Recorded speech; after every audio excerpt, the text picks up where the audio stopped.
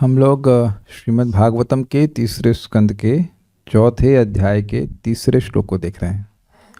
कल एक बड़ी अच्छी और अद्भुत सी घटना हुई कि एक भक्त ने हमसे कहा कि भगवान के सामने ही उनके बच्चे, उनके पौत्र प्रद्युम्न, अनिरुद्ध, उनके चाचा अक्रूर, उनके भाई गद, उनके अंगरक्षक सात्यकी आदि सभी लोग उनके सामने ही नष्ट हो गए और ऐसा लग रहा है कि भगवान कुछ कर भी नहीं पाए। तो क्या हम समझ रहे भगवान को थोड़ा दुख तो हुआ होगा। तो मुझे बड़ा प्रसन्नता इस बात से हुई कि हमने कहा आपने तो अगले श्लोक के लिंक को पकड़ लिया,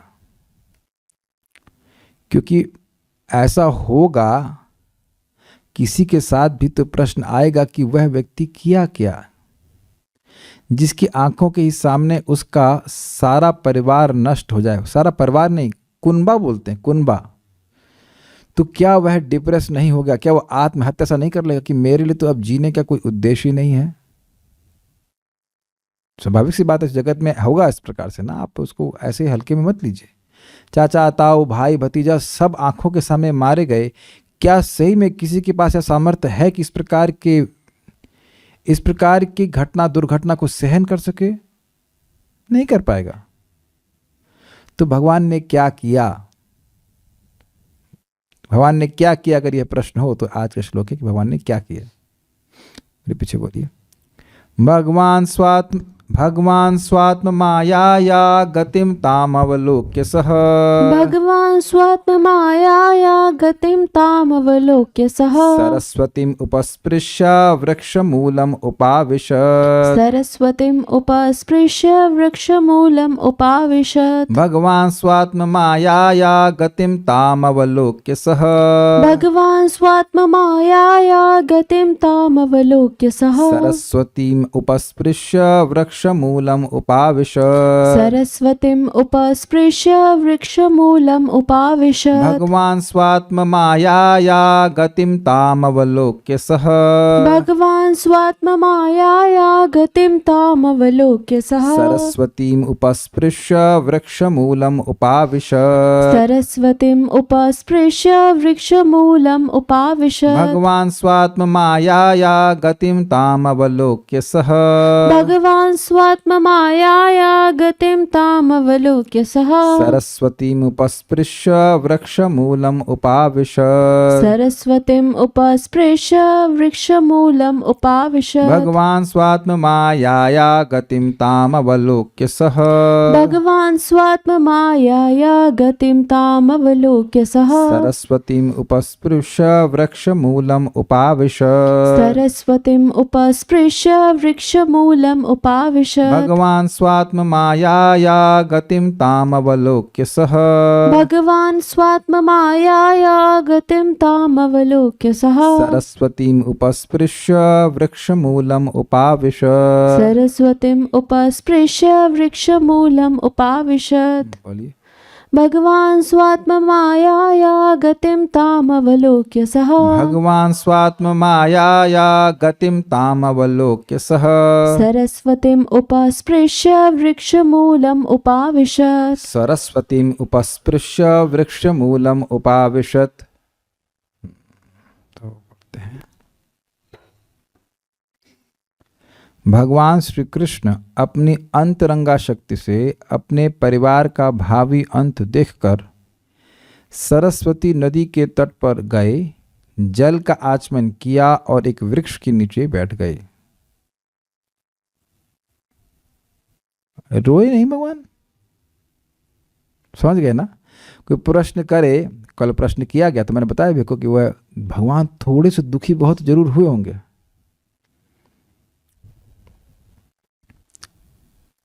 ये उनकी ही माया शक्ति का प्रभाव है। और आज आप बहुत सारे उदाहरणों से देखेंगे कि ये भगवान की जादूगरी थी। कोई नहीं मरा, लेकिन दुनिया के लोगों को दिख गया कि अरे बहुत लोग मरे। इस बात को समझने का प्रयास कीजिए। कल मैंने आपको बताया था कि बहुत मार काट हो रही थी। 11वां स्कंद 30वां अध्याय से आगे आप पढ़ेंगे तो भगवान के अंतर्धान होने के संबंध में बताया जा रहा है कि जरा नाम का एक हंटर, मतलब शिकारी था, वहीं पास में बैठा हुआ वो तीर बना रहा था। अगर इतने सारे लोग आपस में मार काट कर रहे हैं तो किसी की गर्दन काटी जाएगी तो क्या वह दर्द से चीत्कार नहीं करेगा? अरे ऐसे बोलेगा। हम यहाँ माइक पे नहीं बोलना चाहते, हो सकता है लोग कुछ ईयरफोन से सुन रहे हो तो कान खराब हो सकता है। ये कैसा चीखेगा कोई व्यक्ति अगर मतलब किसी की गर्दन है काटी जाए, किसी की हाथ, गर्दन काटने की तो खैर नहीं चीख पाएगा, लेकिन मान लीजिए हाथ काटा जाए किसी का, या पाँव काटे या कुछ भी हो, वहाँ पे जो पशु आदि थे वह भी तो मारेगा। इसमें सभी चित्कार करेंगे कि नहीं करेंगे? जब इतने सारे लोग चीखेंगे तो पास में बगल बैठा हुआ आइसक्रीम खा सकता है कुछ, मतलब can he be peaceful? That's a whole point. क्या वह बड़ी शांति से तीर बना सकता है? सुन पा रहे हैं, समझ पा रहे हैं मैं या क्या कह रहा हूं? इतने सारे लोगों का हल्ला हो रहा है और पास ही इसके स्थान में व्यक्ति बैठा हुआ है, उसे कुछ सुनाई नहीं पड़ रहा है। बड़ी एकाग्रता से वह तीर बना रहा है, इसका मतलब उससे कुछ सुनाई नहीं पड़ रहा है। और भगवान ऐसा केवल एक बार नहीं कई बार करते हैं।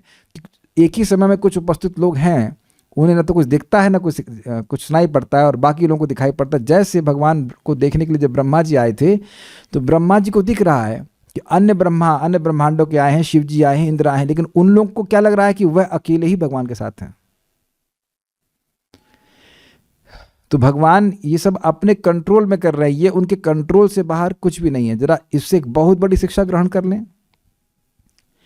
भगवान इतना बड़ा घटना करा रहे हैं पूरे कंट्रोल में, सही है, और हम सोच रहे हैं कि हमारा जीवन के कंट्रोल के बाहर है, तभी तो भयभीत होते हैं हम लोग। Think about it, but let's go forward. अन्वय सह भगवान, वह भगवान श्री कृष्ण, मतलब जो षड ऐश्वर्य पूर्ण है। आदमी रोता तब है, दुखी तब होता है जब उसका कुछ नुकसान हो गया। भगवान सारे ऐश्वर्यों से हमेशा परिपूर्ण रहते हैं, ठीक, तो उनको दुखी होने की कोई जरूरत नहीं है।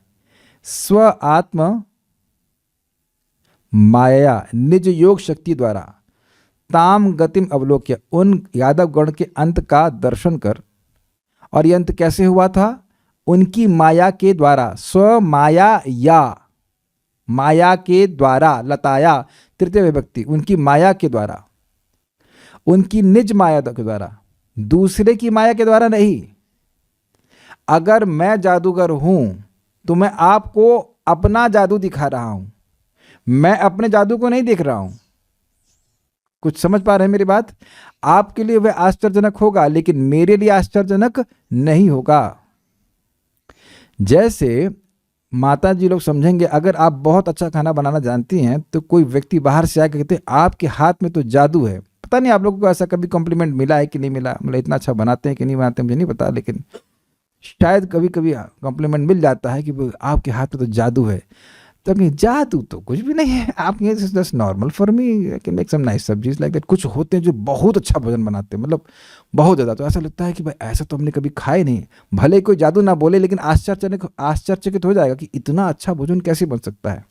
अब रिकॉर्डिंग हो रहा है इसलिए हम नाम नहीं रख, लेकिन एक माता जी हैं घर में, हम कभी कभी प्रसाद खाने जाया करते थे, बहुत जबरदस्त प्रसाद।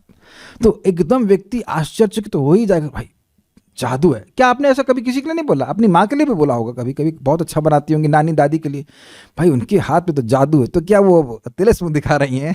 तो पॉइंट है, मान लो तिलस्म दिखा भी रही हूँ तो वो उनके लिए तिलस्म नहीं है। तिलस्म समझते हैं, जादू टोना, वह उनके लिए नहीं है, वह उन पे नहीं कुछ कर सकता है। आप समझ पा रहे हैं बात? इसीलिए कह रहे हैं स्व आत्म माया। अपनी माया से अंत कैसे कर दी? तो भगवान, क्योंकि भगवान है षड ऐश्वर्यपूर्ण है, तो यह भी उनका ऐश्वर्य है। ये माया को धारण करना, वो मायाधीश हैं, यह भी उनका एक ऐश्वर्य है। तो कह रहे हैं अपनी माया के द्वारा ताम गतिम अवलोक्य, उन यादव गणों का अंत का दर्शन कर। बिल्कुल समझिए, जैसे जादूगर देख रहा है कि उसने अपनी असिस्टेंट का गर्दन काट दिया, वह भी देख रहा है, लेकिन वह उससे प्रभावित नहीं हो रहा क्योंकि वह उसका जादू है। मैं फिर आपको एग्जाम्पल दूंगा, यहीं की बात है, हमारे आंखों के सामने की बात है। कृष्ण हॉल में एक जादूगर साहब आए और उनकी एक असिस्टेंट लड़की थी, उससे वो जादू दिखा रहे, तो उसको टोपी पहनाए और उसके सर के ऊपर आग लगा दी और वो लड़की डांस कर रही है। हम लोग को आश्चर्य, ये कैसे हो रहा है? और ऐसी हल्की फुल्की आग नहीं, कम से कम 1.5 फुट की आग जल रही है। 1.5 फुट की आग किसी के सर पे जल रही हो, क्या वह सुखी हो सकता है? नहीं हो सकता है। कभी पेट में एसिडिटी हो तब देखिए, थोड़ी एसिडिटी होती तो उसका मन लगता है अरे वाह बड़ा जल रहा है, जलन मच रही है। और सर पे 1.5 फुट की आग को कोई हंस सकता है, वह जादूगर भी देख रहा है, वो भी हंस रहा है, म्यूजिक चल रहा है बैकग्राउंड में, और बाकी लोग एकदम आश्चर्यचकित हैं। तो आप समझ लीजिए जादूगर के लिए कोई आश्चर्य नहीं है, वो अपनी ट्रिक जान रहा है क्योंकि वो अपने जादू से दिखा रहा है, लेकिन बात जो देखने वाले उनके लिए बहुत आश्चर्यजनक है। तो यहाँ सब भगवान की स्वयं की शक्ति से सब हो रहा है, तो इसलिए कह रहे इसको देख करके उनके लिए कोई आश्चर्य नहीं था। इसलिए सरस्वती में उपस्पृश्य, सरस्वती नदी के जल से आचमन करके वृक्ष मूले, एक वृक्ष की जड़ के पास उपावेश यानी बैठ गए। कभी आप लोग ऐसा किए हैं किसी पिकनिक स्पॉट में? Then you will understand what is this shloka speaking. भगवान कैसे बैठे थे तो हम समझा नहीं पा रहे हैं, लेकिन भगवान मतलब एक पांव आगे, कभी आप लोग किए होते, पीछे ऐसे एक पांव ऐसे उठा हुआ, और क्लास में पूरा नहीं दिखा सकते, एक टांग आगे एक टांग हल्का सा पीछे की तरफ मोड़ करके, मतलब घुटने के पास मोड़ लिया और पीछे से सहारा लेके आया, वेरी रिलैक्स वे में। अब आप ये बताइए किसी के घर में मृत्यु हो जाती है, ऐसे कोई रिलैक्स बैठता है? एक पिता माता या कोई मर जाए तो ऐसे रिलैक्स बैठेगा, हाय आज तो चलेगा, लेकिन यहाँ कुछ नहीं। देखिए अच्छा ठीक है, ये जादू हो रहा है, कुछ भी नहीं होता, कुछ भी नहीं होता, ठीक है। तो ये सब इस प्रकार से हुआ, तो भगवान शांति से बैठ गए, मतलब भगवान ने कुछ नहीं किया। भगवान अब वापस अपने धाम जाने की तैयारी में हो गए कि मैं भी अब जाऊँ, उनको एक काम निपट गया, शांति हो गई। आपने सुना था कि नंद पश्यन, दुर्योधन का अंत देख करके भी भगवान प्रसन्न नहीं हुए थे, क्योंकि भूमि का भार अभी भी यदुवंश के रूप में बचा हुआ था। तो अब यह भार समाप्त हो गया, अब वह रिलैक्स हो गए, अब शांत। ठीक, श्लोक समझ आ गया? ठीक है। भगवान श्री कृष्ण सह भगवान मतलब वही भगवान जिनकी पूरी इच्छा से ये सारा घटनाक्रम हुआ, स्व आत्म माया, अपनी माया के द्वारा गताम गतिम अवलोक्य,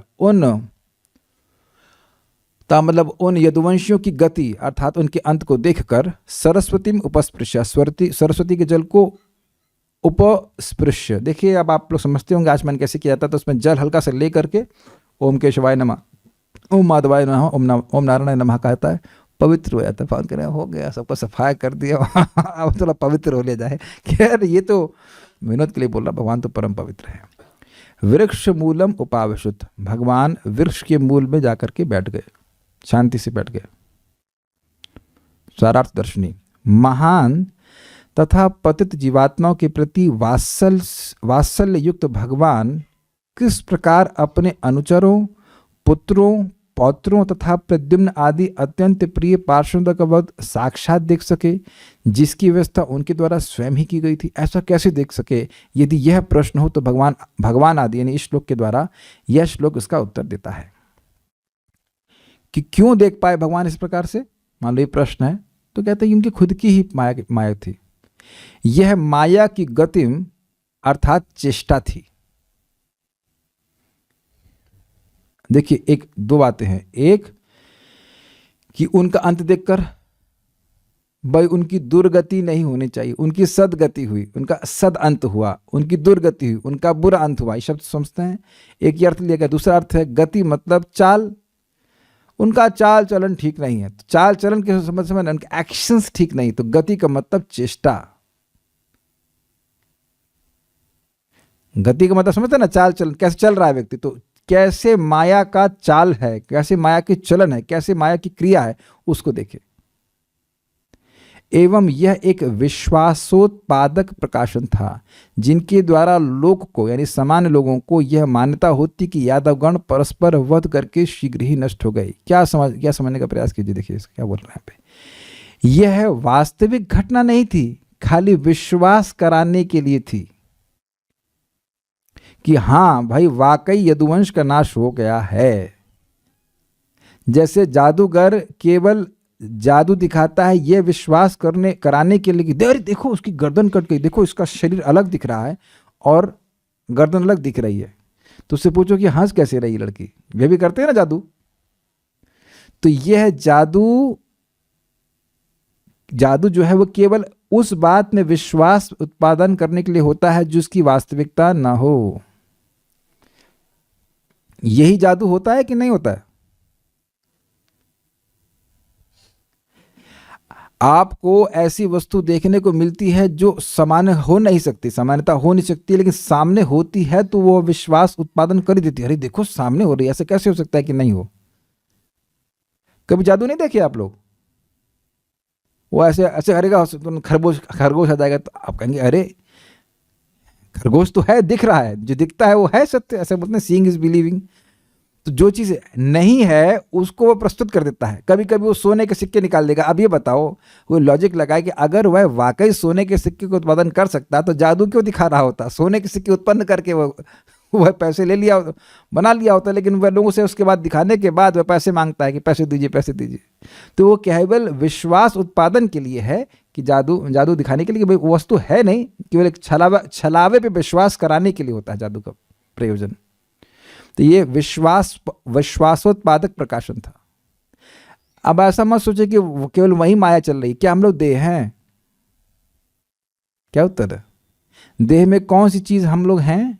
कोई भी नहीं है, लेकिन पूरा विश्वास है ना कि हम देह हैं। यही तो माया का कार्य है, जो नहीं है उसी पे विश्वास करा देना कि हम वही हैं। आपके जीवन में कोई दुख, कुछ परेशानी है? ये मत कहना कि नहीं है, लेकिन हम अगर मान रहे हैं कि हमारे जीवन में कोई परेशानी है, तो किसके जीवन में परेशानी है? इस व्यक्ति के, जो दिख रहा है ना, इस व्यक्ति। हमारा बड़ा अपमान हुआ तो कुछ हमारे पास धन की कमी है, कुछ अच्छा धन की कमी है आपके पास। जीरो में से कितनी कमी होती है? जीरो में से कितना निकाल लेंगे? और आप देख रहे हैं कि हम सभी लोग बौद्धिक रूप से स्वीकार कर रहे हैं इसको, लेकिन फिर भी माया स्वीकार नहीं करने दे रही है। लेके आए जीरो, लेके जाएंगे जीरो, तो बीच में करें भाई बहुत नुकसान हो गया, है ना। और आप ये नहीं कह सकते कि इसमें शोक नहीं होता। शोक भयंकर होता है। जिनके पास धन है उनको भी शोक होता है। गलत, ये हमारे एक बहुत बड़ी भ्रांति है कि जिनके पास धन है उन्हें शोक नहीं होता है। जिनके पास धन है उन्हें बहुत शोक होता है। इतना चला गया, उतना नुकसान हो गया। मान लीजिए अगर मैं कहूँ किसी के पास 250 करोड़ रुपए हो तो उन्हें दिक्कत नहीं होनी चाहिए ना। लेकिन जिसके पास 2500 करोड़ हो और वो 250 पे आ जाए, क्योंकि भी कुछ घटना हुई थी ऐसी, अब समझ रहे हो किसकी बात कर रहा हूं मैं, तो उनके संग ऐसा हुआ है, तो दुख होगा कि नहीं होगा बताइए।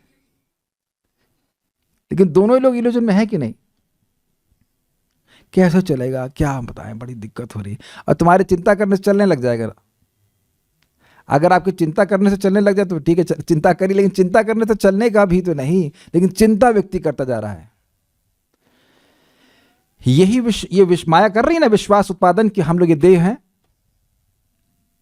तो जैसे वहां छलावा, जैसे यहां हम सभी लोग संग छलावा कर ही रही है, ऐसे उनके संग भी सभी लोगों के संग छलावा कर दिया उसने। इसने विश्वास उत्पन्न कर, नहीं कैसे कह रहे हो कि ये दोष का नाश नहीं हो? अरे देखो भाई भाई एक दूसरे को मारा है, ये सब शाप की वजह से तो हुआ ना। करो, देखा बुरे कर्म का प्रभाव। मरवा, तुमने भाई भाई की लड़ाई करवाई, इसी कृष्ण ने भाई भाई की लड़ाई करवाई ना। देखो इसी के भाई एक दूसरे को मारे हैं बोलते हैं इसके बेटे उसके एक दूसरे को मारे हैं, खुद इस पे आक्रमण किए हैं। अरे भैया कर्म की गति बहुत प्रबल है।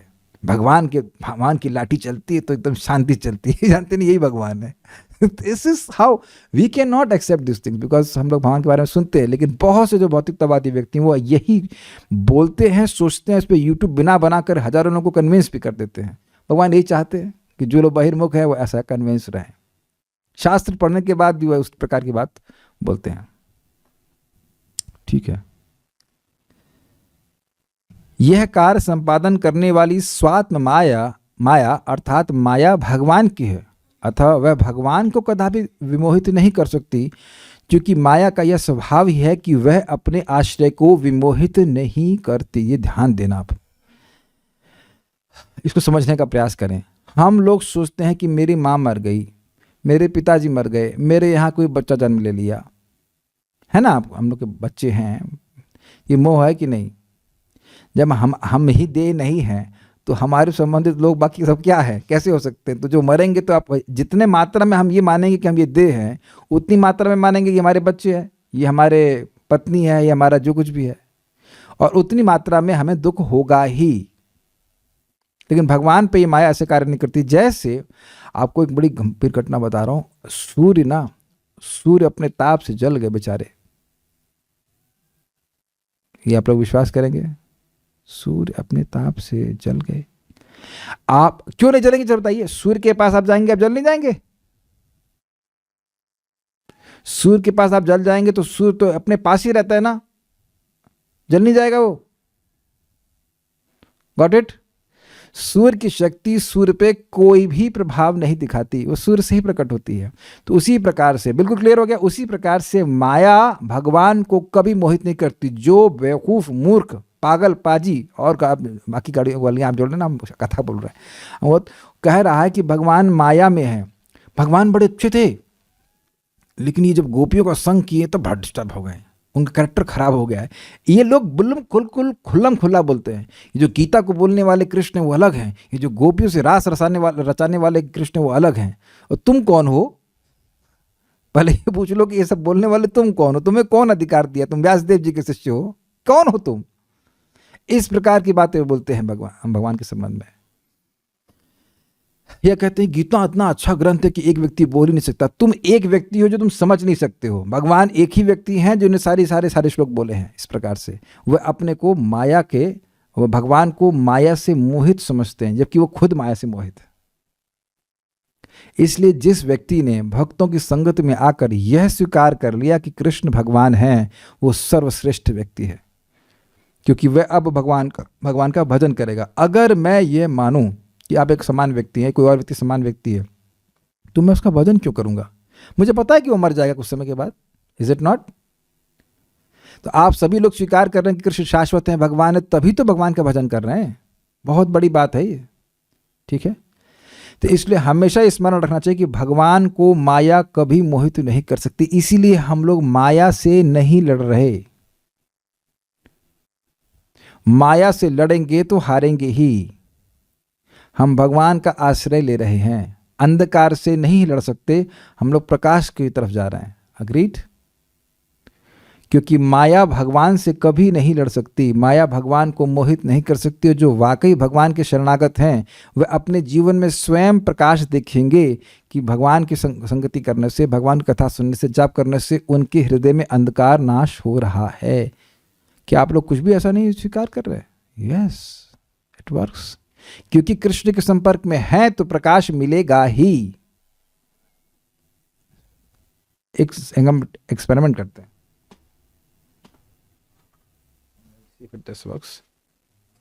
ओके, अब यहां पे मेरे वीडियो में अंधकार हो गया। अब मैं बैठा ताक रहा हूं, क्या करूं, कैसे अंधकार जाएगा? ठीक है, थोड़ा पानी छिड़कते हैं इसके ऊपर। छिड़केंगे नहीं तो आप बताइए, पानी छिड़कने से अंधकार जाएगा? मैं पानी पी रहा हूं, मैं ध्यान कर रहा हूं, उससे अंधकार जाएगा? चक्कू चलाऊं, गाली दूं, चीखूं, चिल्लाऊं, हम लोग सब मिलकर मंत्रणा करें, नहीं जाएगा। केवल एक स्विच ऑन कर दें, आप इसके लाइट का प्रकाश में कर दें तो ये अंधकार टिक ही नहीं सकता। ये बात सामान्य लगती है, लेकिन भक्तों को अपने दिमाग में घुसा लेनी चाहिए। कृष्ण सूर्य सम। अगर कृष्ण की कथा सुनते हैं, कृष्ण के संपर्क में, कृष्ण का नाम जप कर रहे हैं, भगवान को प्रणाम कर रहे हैं, तो आप ऐसा हो ही नहीं सकता कि अज्ञान में रहें। करते रहिए, थोड़ा सा समय लग सकता है, लेकिन प्रकाश प्राप्त होता ही है। अतः यह कहा गया है कि भगवान ने अपनी माया के इस कार्य को देखा, अपनी माया के कार्य को देखा, दूसरे की माया के कार्य को नहीं देखा। मतलब क्या हुआ इसका? बिना मोहित हुए इन कार्यों को देखा। क्लियर? ठीक है। नित्य लीला परिकर अर्थात प्रद्युम्न आदि यादव गण वस्तुतः द्वारका में रह गए, यह देखा। समझ में आ गया? तथा विविध यादवों में जो देवता प्रविष्ट हुए थे, वे उन यादवों के अंग से स्वयं को पृथक कर उन विभक्त रूपों में प्रभास आकर भोजन किए, मदिरा पान की तथा भगवान से अनुमति प्राप्त करके स्वर्ग लौट गए। अतः प्रथम श्लोक में उद्धृत तद अनुज्ञाता का यह अर्थ है, उन्होंने भगवान से अनुमति ली और स्वर्ग में अपने अपने लोकों में लौट गए। कुछ समझ में आया? क्या हुआ? समझ में आया कि नहीं आया? आपको समझ में आ रहा है, भगवान को समझ में नहीं आ रहा है? ये बताइए भाई, आप लोगों को यहाँ पढ़कर समझ में आ रहा? अच्छा, हाँ, ये हुआ होगा कि द्वारका में भगवान के पार्षद रह गए होंगे और देवता लोग जो है सब वहाँ चले गए। आपको समझ में आया, भगवान को समझ में आ रहा? तो भगवान की कृपा से हम लोग को समझ में आ रहा है। आचार्यों ने समझाया है हम लोग को, इस प्रकार से समझा रहे हैं। तो तद अनुज्ञाता शब्द जो आपने प्रथम श्लोक में सुना था, उसमें क्या था? भगवान की अनुज्ञा, भगवान की आज्ञा लेकर के उन्होंने मदिरा पान किया। लेकिन यहाँ उसको और क्लियर कर रहे हैं, भगवान ने मदिरा पान करने की आज्ञा देने का अर्थ था कि उनको आज्ञा दी कि अब आप चले, वो आप लोग जो है मतलब अपने देवलोक आदि में चले जाइए। बाह्य रूप से क्या लग रहा है? मदिरा पान करने की आज्ञा दे रहे हैं, लेकिन वास्तविक बात क्या है? भगवान उनको अपने लोक वापस जाने की आज्ञा दे रहे हैं। ये है तदनुज्ञाता का अर्थ। सब लोग को समझ में आ रहा है? बताइए तदनुज्ञाता का क्या अर्थ है? वे उन्हें अपने लोक में जाने की आज्ञा दे रहे हैं। यस, लेकिन बाह्य रूप से क्या दिखाई पड़ रहा है? शराब पीने की आज्ञा दे रहे हैं। तो भगवान ने यह सब देखा कि उनकी माया के प्रभाव से ऐसा हो रहा है कि भाई जो भगवान के पार्षद हैं वह तो द्वारका में ही रह रहे हैं, लेकिन बाहर लोगों को लग रहा है कि वही प्रद्युम्न जो द्वारका में है, वही अनिरुद्ध जो भगवान के बेटे हैं, प्रद्युम्न के बेटे, वही सब लोग प्रभास क्षेत्र में आ रहे हैं। ये सब भगवान ने देखा कि कैसे उनकी माया कार्य करवा रही है। सबको समझ में आ रहा है बात? ठीक है। चूंकि बलराम जी प्रद्युम्न तथा अनिरुद्ध चतुर्व्यूह के तत्व हैं, अतः वह नित्य ही भगवान के साथ रहते हैं। इस संबंध में पद्म पुराण में कथन प्राप्त होते हैं, एते ही यादवः सर्वे मदगणा एव भामिनी। हे प्रिय, यह यादव सभी मेरे परिकर हैं, मतलब हमेशा मेरे साथ रहते हैं। सर्वदा मद प्रिया देवी मत्तुल्या गुणशालिनः। हे देवी, यह नित्य ही मुझे प्रिय हैं एवं गुणों में मेरे समान है, मतलब ये नाशवान नहीं है। यथा सौमित्र भरतौ यथा संकर्षणादयः तथा तेनेव जायन्ते निज लोकाद्य दृश्चयः। विलक्ष्मण भरत संकर्षण के रूप में स्वेच्छा से अपने धामों से पृथ्वी पर अवतरित होते हैं। जो स्वेच्छा से आए हैं तो स्वेच्छा से ही जाएंगे। हरिवंश में अक्रूर जी की उक्ति है, देवानां च हितार्थाय वयं प्राप्ता मनुष्यतामिति। देवताओं की सहायता हेतु हम पृथ्वी पर मनुष्यों की भांति प्रकट हुए हैं। तो इसलिए बिल्कुल स्पष्ट समझना चाहिए कि भगवान के पार्षद द्वारका में ही रह गए, वह नित्य पार्षद हैं भगवान के, क्योंकि यादव भगवान के नित्य परिकर हैं, अतः उनका नाश कभी नहीं होगा। तथा सांब आदि अन्य यादवों में प्रविष्ट गुह अर्थात कार्तिकेय आदि देवताओं का कार्यशील पद भी नष्ट नहीं होना चाहिए। अतः संपूर्ण मौशाल लीला माइक है, तथापि यद्यपि यह माइक है, इसे भगवान की लीला में सम्मिलित किया गया है, क्योंकि यह अचिंत्य योग माया द्वारा अनुमोदित एवं नित्य है तथा माइक प्रपंच के अभाव अर्थात अव्यक्त अवस्था में भी विद्यमान रहती। क्या बोल रहे हैं? सब बड़ी कठिन बातें हो रही। वो कह रहे हैं कि देखिए, भगवान के जो पार्षद हैं, नित्य पार्षद, वह तो कभी मरते ही नहीं। तो उनका इस प्रकार से अगर हम देख रहे हैं कि वो मारे जा रहे हैं, तो यह एक झूठी बात है। और दूसरी बात यह है कि जो देवता के अंश हैं उनका पद भी रिक्त नहीं होता। ऐसा नहीं कि वो देवता मार दिए गए, सारे देवता आए, अब सारे देवता जब मार दिए गए तो वहाँ देवता कौन बनेगा? लेकिन ऐसा नहीं है, वह देवता अपने स्थान में वापस चले जाते हैं, तो देवता भी समाप्त नहीं होते। तो ये केवल एक छलावा मात्र है कि ये सब हो रहा है, ये सब नष्ट हो रहा है, ये बात बोल रहे हैं। भगवान की लीला छलावा नहीं है। जब भगवान किसी असुर को मारते हैं तो मारते हैं कि नहीं मारते हैं? वाकई मारते हैं। पूतना को भगवान ने वाकई मारा, ऐसा केवल आभास नहीं हो रहा है कि उनको मारा। जैसे हम लोग स्वप्न देखते हैं तो वहाँ वाकई कुछ नहीं हो रहा था, खाली एक आभास होता है, एक हमको छलावा प्रस्तुत होता है स्वप्न में कि ऐसा हो रहा है। समझ रहे हैं बात? लेकिन भगवान पूतना को वाकई मारे, अघासुर को वाकई मारे, दंत वक्र को वाकई मारे, शल्व को वाकई मारे, लेकिन यहाँ केवल एक आभास हो रहा है, ऐसी प्रतीति हो रही है कि मारा गया है। अंतर समझ रहे हैं दोनों बातों में? Is it all okay? The devotees go forward.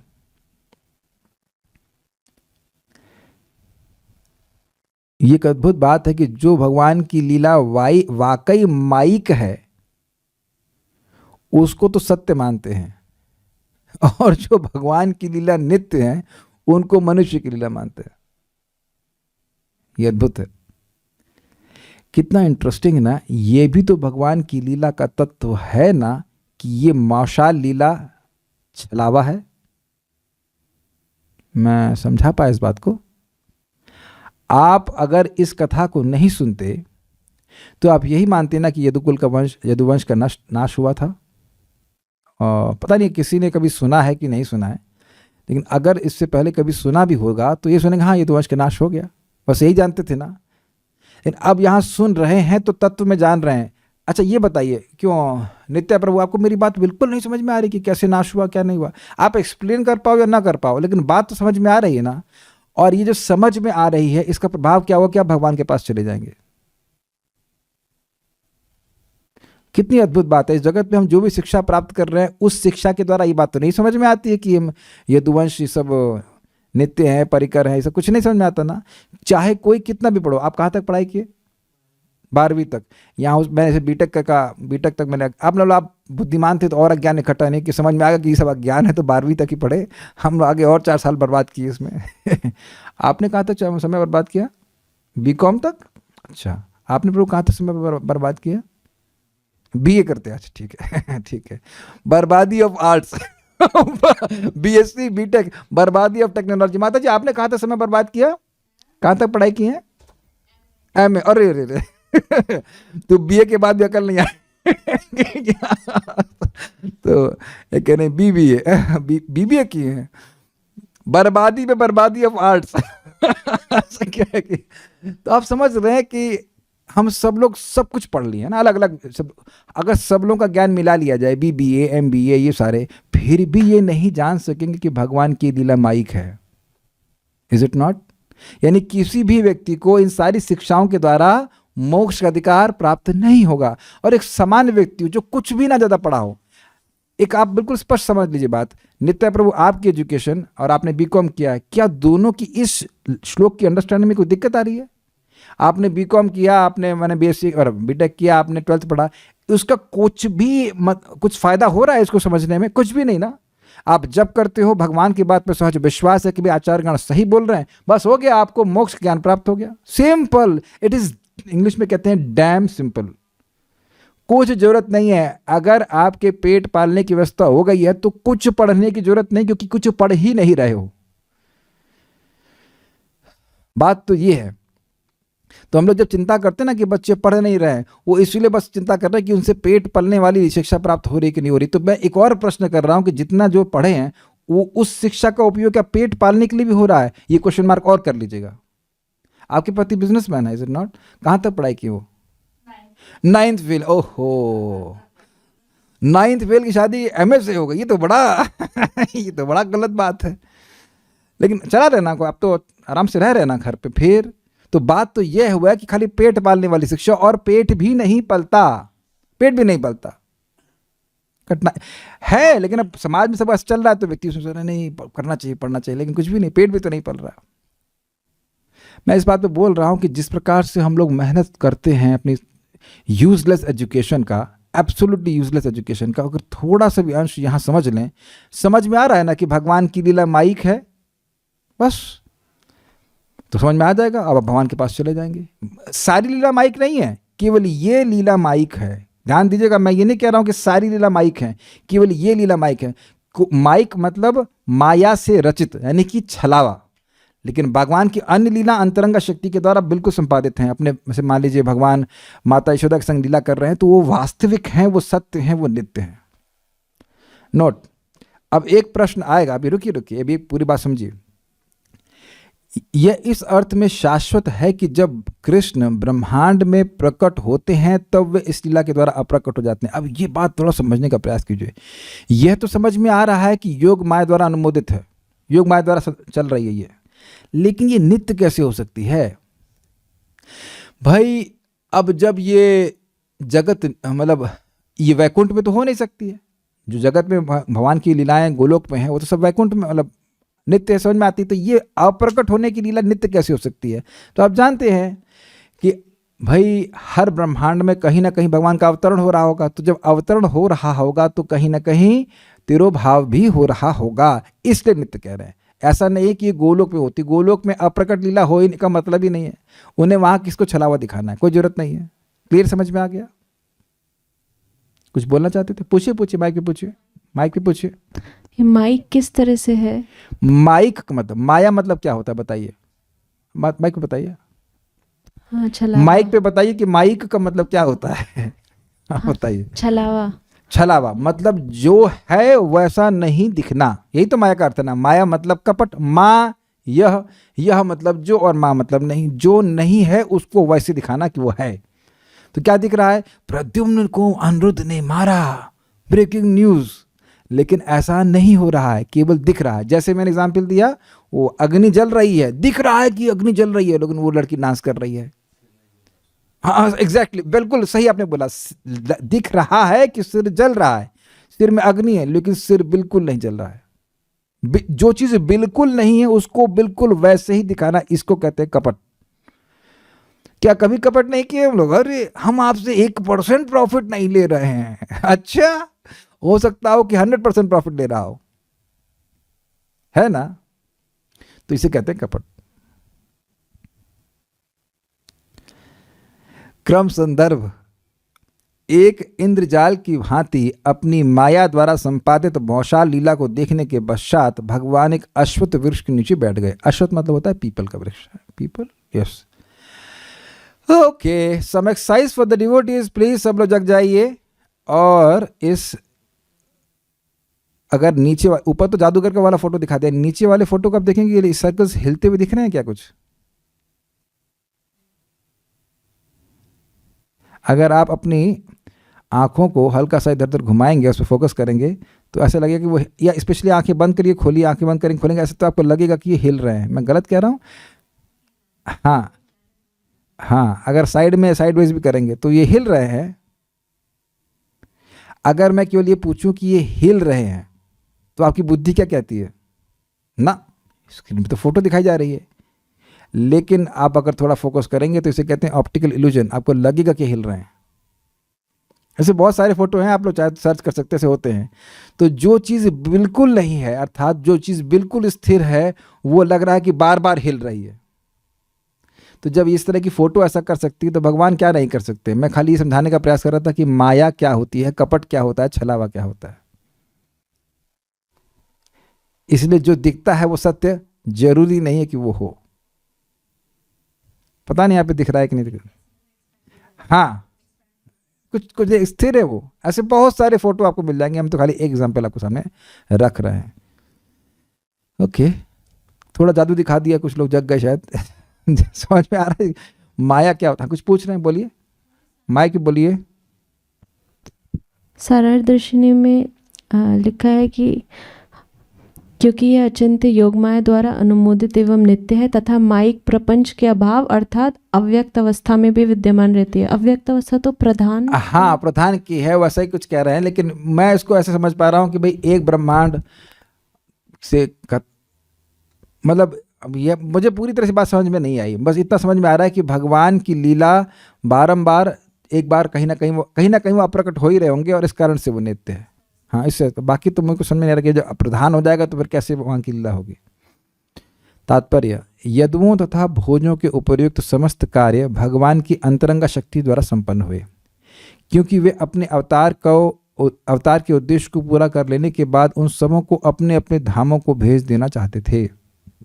वे सभी उनके पुत्र पौत्र थे और उन्हें भगवान के पैतृक स्नेह द्वारा पूर्ण संरक्षण प्राप्त था। भगवान के समक्ष उनका विनाश किस तरह से हो सका, इसका उत्तर इस श्लोक में दिया गया है। कैसे हो सका? भगवान की माया के द्वारा। लिंक समझे प्रभुपाद जी का? भगवान की आंखों के सामने ही कैसे उनके बच्चे मार दिए गए। अब आप ये बताइए, क्या आपके मन में कभी संदेह नहीं हुआ ये? अरे हम तो भगवान का भजन करते हैं, हम तो 16 माला जप करते हैं, तो हमारे जीवन में ये कठिनाई कैसे आ रही है? क्या भगवान की कंट्रोल के बाहर है? आप ये कहना ही नहीं कि ये संदेह मन में कभी नहीं आया। एक व्यक्ति नहीं कह सकता कि संदेह मन में नहीं आता हो। अरे हम तो जप कर रहे हैं, हम तो भक्ति कर रहे हैं, क्या भगवान हमारी कठिनाई को समझ नहीं रहे हैं? लगता है समझ करके भी कुछ कर नहीं रहे हैं, या कुछ संदेह मन में आ ही जाता है। लेकिन कभी भी कोई भी स्थिति भगवान के भक्त के लिए जो आ रही, वो भगवान की ही सृष्टि है। आप कुछ उसका कर नहीं सकते हैं। मतलब ये मन में आ ही जाता है, अरे इतने अच्छे से भक्ति कर रहे हैं, किसी का कोई अपराध नहीं कर रहे, कुछ परेशान नहीं कर रहे किसी को, तब इनके जीवन में कठिनाई ऐसी क्यों आ रही है? क्या आपके मन में किसी भक्त के प्रति ऐसा कभी नहीं आया? हाउ कैन यू से दिस? कितने ही भक्तों के जीवन में कठिनाई देखते हैं कि नहीं देखते हैं? एक बहुत सुंदर बात सीखने को मिलती है। एक माँ अपने बच्चे को, जो छोटा बच्चा है, क्या कभी एकदम छोटे बच्चे को 20 किलो 25 किलो वजन उठाने के लिए बोलेगी? कभी नहीं बोलेगी। बड़ा हो जाएगा तो बच्चा इतना बोलेगी, क्या तुम 8 किलो गेहूं भी नहीं पिसा के ला सकते? ये तो हमने, मेरी माँ भी डांटती थी पहले, बहुत आलसी थे पहले, बोला थोड़े कम आलसी है, पहले अधिक आलसी थे। मैं भक्ति में आने से पहले बोला, अरे तुम क्या इतना बड़ा हो गए हो, तुम क्या 10 किलो आटा भी नहीं पिसा सकते हो? मैं, अब मुझे पता था मैं आलसी होने के कारण नहीं करता था। साइकिल में लेके जाओ, आई एम टॉकिंग अबाउट 98 99 की बात कर रहा हूँ, तो अरे 5 किलो पिसा लाओ। मैंने कहा नहीं, ये वहाँ खड़ा रहना पड़ता है, ये फलाना ढुकाना ऐसे करके, तो हम ऐसे कुछ बहाना मार देते थे। लेकिन क्या मेरी माँ कहती कि 100 किलो जाके पिसा के लेके आओ, कि कैसे उठाएगा, ये कैसे उठाएगा? तो अपने जीवन में कठिनाई आती है, हम सोचते हैं हम जितना सहन कर सकते हैं उससे अधिक देते हैं। कभी नहीं देते, कुछ कम ही देंगे, ज़्यादा नहीं देते भगवान कभी हमको। ये जैसे ही व्यक्ति का धैर्य छूट रहा है, उसका मतलब भगवान से विश्वास छूट रहा है। तो बहुत सुंदर बात है, कठिनाई अधिक दिख रही है, इसका मतलब भगवान पे विश्वास नहीं। तो भगवान पे विश्वास बढ़ाइए, कठिनाई का तो कुछ कर भी नहीं सकते हम वैसे भी। जितनी दी जा रही है वो सहन करने लायक ही दी जा रही है, उससे अधिक नहीं दी जा रही है। अरे बोलने में डर लग रहा है, भगवान कहेंगे तू बहुत बोल रहा था ना, चल ये ले। ये बड़ी दिक्कत है कि इस क्लास को भगवान भी सुन रहे हैं। हमको बहुत डर लगता है सत्य बताने में, लेकिन क्या करें, होता है ऐसा। अगर भक्तों की संगत में रहेंगे, भगवान की भक्ति करते रहेंगे, तो पीछे मुड़ कर देखेंगे तो सारी समस्या याद भी नहीं रहेगी जिससे आप परेशान हो रहे थे। एनीवेज, हम बात कर रहे थे कि इनका यहाँ पर इन सबका विनाश हो गया। तो कैसे हो गया? भगवान की स्वयं की शक्ति से हुआ। प्रत्येक कार्य स्वयं भगवान द्वारा संपन्न किया गया। स्वात्म माया, भगवान के पारिवारिक जन या तो उनके स्वांश अवतार थे या स्वर्ग लोगों के देवता थे। अतएव अपने प्रस्थान के पूर्व उन्होंने अपनी अंतरंग शक्ति से उन्हें पृथक कर दिया। उन्हें अपने अपने धामों में भेजे जाने के पूर्व प्रभास नामक पवित्र स्थान पर भेजा गया। भगवान ने भेजा उनको अंदर से प्रेरित करके, जहां उन्होंने पुण्य कर्म किए और भोजन किया तथा जी भर कर मदपान किया। और भगवान बोले भी नहीं, अरे भैया थोड़ा कंट्रोल में। घरों में कभी कोई व्यक्ति पीता, कहता है रुक जाओ भैया बहुत आउट हो जाओगे, लेकिन भगवान नहीं बोल रहे पियो पियो, आउट करने के लिए पिलवा रहे, पियो सब आउट हो जाओ, उसके बाद आउट हो जाओ जगत से। इसके बाद उन्हें अपने अपने धाम वापस भेजे जाने की व्यवस्था की गई, जिससे अन्य लोग यह सब देख सके कि शक्तिशाली यदुवंश अब इस जगत में नहीं रहा। पिछले श्लोक में अनुज्ञात शब्द महत्वपूर्ण है, पिछला मतलब फर्स्ट में, जो यह सूचित करता है कि संपूर्ण घटनाक्रम की व्यवस्था भगवान द्वारा की गई थी। मेरे ख्याल से अब सबको समझ में आ रहा होगा, व्याख्या की जरूरत नहीं है। भगवान की ये विशिष्ट लीलाएं उनकी बहिरंगा शक्ति अथवा भौतिक प्रकृति की अभिव्यक्ति नहीं है, क्योंकि भौतिक प्रकृति भगवान की पार्षदों पे कार्य नहीं कर सकती है। उनकी अंतरंगा शक्ति का ऐसा प्रदर्शन शाश्वत है। अतएव यह निष्कर्ष नहीं निकाला जाना चाहिए कि यदु तथा भोजवंशी समान भ्रातृघाती युद्ध में उन्मत्त अवस्था में मरे। श्री राजीव गोस्वामी ने इस घटनाओं की टीका जादूगरी की कला के रूप में की है। देखिए एक बात समझ में आ रही है, प्रभुपाद जी भी इस बात को कह रहे हैं कि भगवान की अंतरंगा शक्ति का ऐसा प्रदर्शन शाश्वत है। तो इससे वही अर्थ लेना पड़ेगा कि भगवान का अप्राकट्य हर ब्रह्मांड में कहीं ना कहीं हो रहा है और वहाँ पे भगवान की अंतरंगा शक्ति इस प्रकार से कार्य कर रही है। अब एक नोट हम दे रहे हैं यहाँ पे, ये 11.31.11 है, 11:31-11। इस पे बड़ा सुंदर टीका करी, इससे आपको समझ में आ जाएगा कि भगवान की लीला किस प्रकार से हुई है। राजन परस्य तनुभृजन जननाप्यम येहा माया विडम्बनमवेहि यथा नटस्य सृष्ट्वात्मनेदमनुविश्य विहर्त्य चान्ते संहृत्य चात्महिनो परतः स आस्ते। हे राजा तुम जान लो, परीक्षित महाराज कह रहे हैं, हे राजा तुम जान लो कि भगवान का प्राकट्य तथा उनका अंतर्धान होना, जो देहधारी बद्ध जीवों के ही सदृश होता है, वास्तव में उनकी माया शक्ति द्वारा अभिनीत खेल है, जैसा कि कोई अभिनेता करता है। वे इस ब्रह्मांड की सृष्टि करके उसमें प्रवेश करते हैं, कुछ काल तक उसके भीतर खिलवाड़ करते हैं और अंत में समेट लेते हैं। तब भगवान विराट जगत के सारे कार्यों को बंद करके अपनी दिव्य महिमा में स्थित रहते जाते हैं। तात्पर्य देखिए बड़ा इंटरेस्टिंग है। श्री राजीव गोस्वामी के अनुसार यदुवंश के सदस्यों में हुई तथाकथित लड़ाई भगवान की लीला शक्ति का प्रदर्शन थी, क्योंकि कृष्ण के निधि संगी कभी भी बद्ध जीवों की तरह सामान्य जन्म तथा मृत्यु के चक्र में नहीं पड़ते और इसी प्रकार सामान्य जीवों की तरह आपस में कभी नहीं लड़ते। ऐसा होने से स्वयं भगवान जन्म मृत्यु से परे हैं, जैसा कि इस श्लोक में स्पष्ट कहा गया है। जब भगवान के पार्षद नहीं फंसते तो अब भगवान का तो कहना ही क्या। यहाँ पर नटस्थ शब्द महत्वपूर्ण है। इस श्लोक में आया 11 में।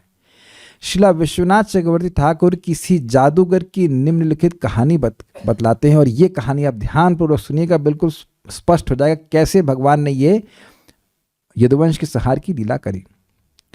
एक जादूगर किसी राजा के द्वारा रखाए गए बहुमूल्य वस्त्रों, रत्नों, सिक्कों इत्यादि के ढेर के पास राजा के सामने जाता है। रत्न जटित हार अपने हाथ में लेते हुए जादूगर राजा से कहता है, अब मैं इस हार को ले रहा हूं और अब आप इसे नहीं ले सकते, और वह उस हार को गायब कर देता है। अब मैं यह सोने का सिक्का उठा रहा हूं, आप इसे नहीं ले सकते, यह कहकर वह सोने के सिक्कों को गायब कर देता है। इसी तरह राजा को चेतावनी देते हुए वह राजा के 7,000 घोड़ों को गायब कर देता है, उसी की आंखों के सामने। इसके बाद वह जादूगर ऐसा मोहजाल फैलाता है कि राजा के लड़के, नाती पोते, भाई तथा अन्य परिवार वाले एक दूसरे पर हमला करते हैं, और इस उग्र लड़ाई में प्रायः सभी मर जाते हैं। राजा उस जादूगर को बोलते देखता है और उस विशाल सभा भवन में बैठे हुए अपने सामने इन घटनाओं को घटित होते हुए देखता है। तत्पश्चात वह जादूगर कहता है, हे राजन, मैं अब ज्यादा जीवित नहीं रहना चाहता। जिस तरह मैंने जादू सीखा है उसी तरह अपने गुरु के चरण कमलों की कृपा से मैंने योग का ध्यान भी सीखा है। मनुष्य को किसी तीर्थ स्थान में ध्यान करते हुए अपना शरीर छोड़ देना चाहिए, और चूंकि आपने तमाम पुण्य कर्म किए हैं इसलिए आप स्वयं तीर्थ स्थान है, राजा स्वयं तीर्थ स्थान है, इसलिए अब मैं अपना शरीर छोड़ दूंगा आपके सामने। समझ रहे हैं? लीला से बैठा पा रहे हैं। भगवान ने यदुवंशियों को तिरोभाव करा दिया, बाद में स्वयं किसी तीर्थ स्थान में देख करके अपना भी शरीर छोड़ दिया। शरीर छोड़ देगा अभिनय किया। इस तरह कहकर वह जादूगर उचित योगासन में बैठ जाता है और अपने को प्राणायाम, प्रत्याहार, धारणा, ध्यान तथा समाधि में स्थिर करके मौन हो जाता है। एक क्षण बाद उसकी समाधि से उत्पन्न अग्नि उसके शरीर से निकलकर जलती है और उसे भस्म कर देती है। तब उसकी सारी पत्नियां शोकाकुल होकर अग्नि में प्रवेश करती हैं। जैसा कि देखा गया कि अर्जुन भगवान की 16,100 रानियों को लेकर के आए, और वह 108 या 100 रानियों को लेकर के आए, और उसके बाद वह खुद ही एक गोपवेश बन करके आए और अर्जुन को हरा करके उन रानियों को छीन के लेके चले गए। अरे देखो, वो रानी को अपहरण कर लिया। लेकिन वो स्वयं कृष्ण थे। इस प्रकार से 3 या 4 दिन बाद अपने प्रांत में लौट जाने के बाद वह जादूगर अपनी एक पुत्री को राजा के पास भेजता है। पुत्री ने उससे कहा, हे राजा, मैं अभी अभी आपके महल में अपने साथ बिना किसी के देखे आपके स्वस्थ पुत्रों, पौत्रों, भाइयों इत्यादि को लेकर आई हूँ। साथ में आपके द्वारा प्रदत्त सभी रत्न तथा अन्य वस्तुएं भी लाई हूँ। इसलिए आप मुझे इस जादूगरी के लिए जो भी आपके समक्ष प्रदर्शित किया गया समुचित पुरस्कार दें। तो ये सारा जो छलावा दिखाया गया था वो एक राजा का पुरस्कार प्राप्त करने के लिए था। इस तरह सामान्य जादू भी जन्म मृत्यु की नकल कर सकता है, और ऐसा लोग कर सकते हैं। इसलिए यह समझना कठिन नहीं है कि भगवान प्रकृति के नियमों से परे होते हुए भी अपनी माया शक्ति प्रदर्शित करते हैं, जिससे मूर्ख लोग यह सोचे कि भगवान ने अपना शरीर एक समान व्यक्ति की तरह त्यागा है। वस्तुतः भगवान कृष्ण अपने नित्य शरीर में ही अपने धाम लौट गए, जिसकी पुष्टि समूचे वैदिक वाङ्मय में हुई है, और इसको आप 11वें स्कंद के 31वें अध्याय में पूर्णतः समझ सकते हैं अगर आप उसे पढ़ना चाहें। तो आप समझ गए किस प्रकार से भगवान ने जादूगरी करी, अपनी माया का प्रयोग करके इन सारे यदुवंशियों का संहार किया और अपने स्वरूप का भी तिरोभाव करा लिया। हाँ, अगर नहीं समझ में आ रहा है तो आ गया होगा, इतना टफ तो नहीं है।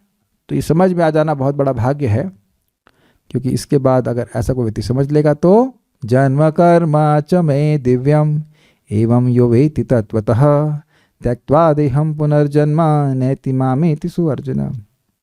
इस श्लोक की व्याख्या नहीं कर रहा हूँ, एक बात और आपको मैं नोट कराऊंगा।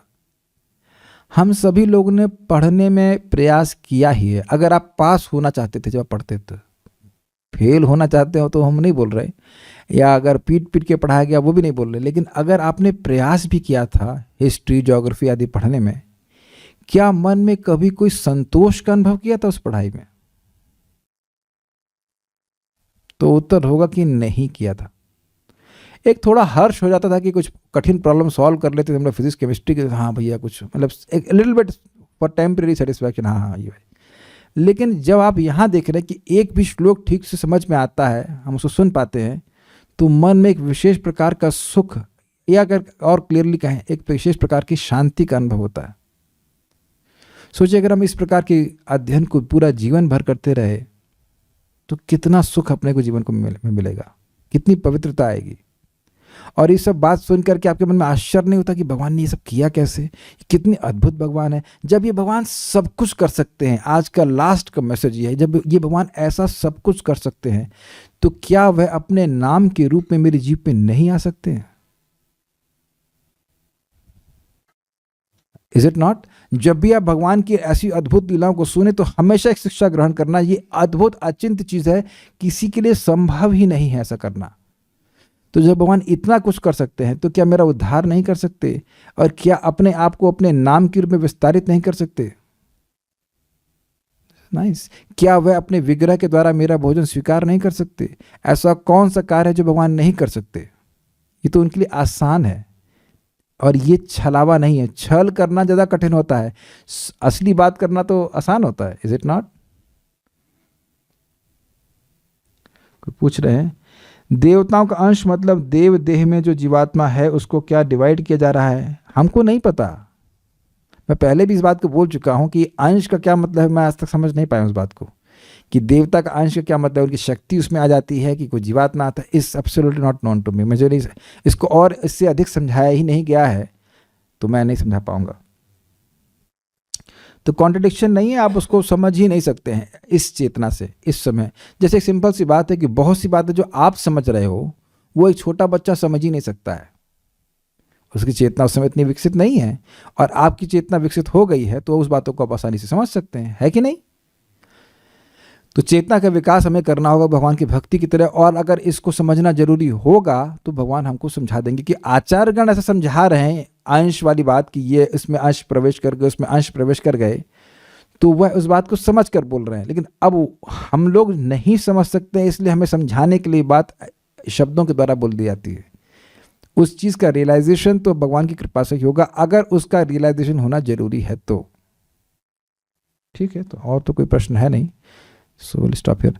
एक प्रश्न और आ गया, ये सब के बाद कृष्ण की पत्नियों का क्या हुआ, और क्या भगवान के सब पुत्र ही थे, कोई पुत्री नहीं थी?